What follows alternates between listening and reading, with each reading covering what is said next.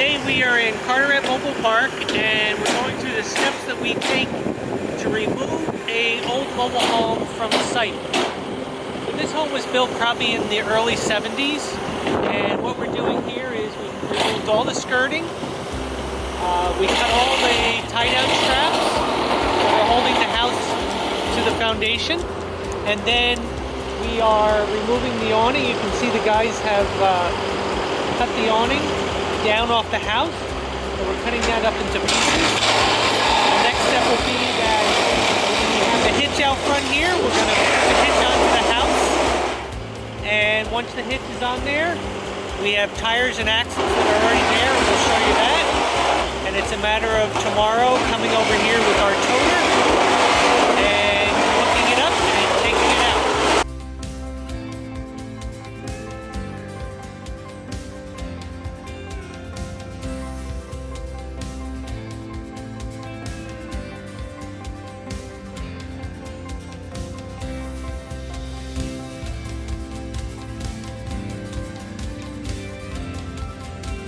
As you can see here,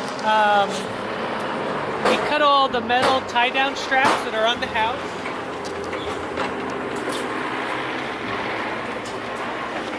You come back here, the axles and the tires are still on here. So what we'll be doing is we'll be jacking the house up to remove the blocks. We'll fill the tires with air, make sure they're roadworthy. We'll check the axles to make sure they're all spinning. As you saw before, we have a hitch in the front, and that hitch will be put onto the house, and we disconnect all the utilities, and the house gets pulled out. And we do probably somewhere about 100 of these a year. So not only for our own communities, but we also do this to remove homes from other communities where there's older homes that have to be removed because new ones are coming in.